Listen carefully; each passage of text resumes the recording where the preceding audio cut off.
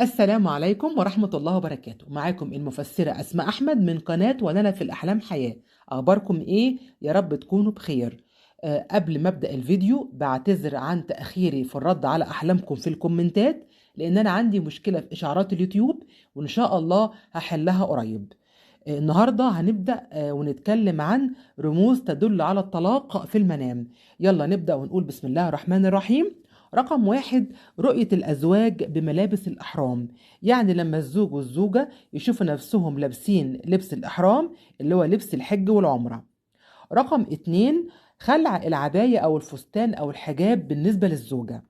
رقم تلاتة: انفجار أو ضياع أو كسر الموبايل اللي هو الهاتف المحمول. رقم أربعة: ضياع أي شيء من متعلقات الزوجة، زي الخاتم، زي الحذاء، زي العقد. أي حاجة من متعلقات الزوجة تضيع تدل على طلاق. رقم خمسة: نوم الزوجة في فراش الزوجية من غير الزوج.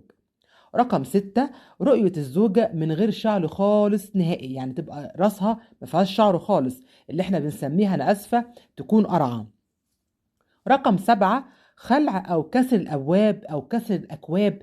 أي شيء مكسور أو مخلوع في الحلم بيدل أيضا على طلاق.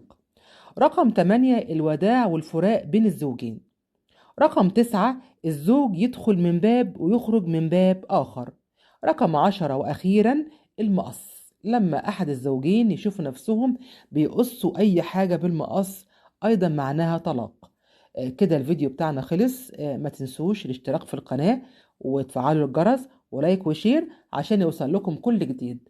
بعتذر مرة أخرى عن تأخيري في الرد على أحلامكم، وأشوفكم إن شاء الله على خير، وإلى اللقاء.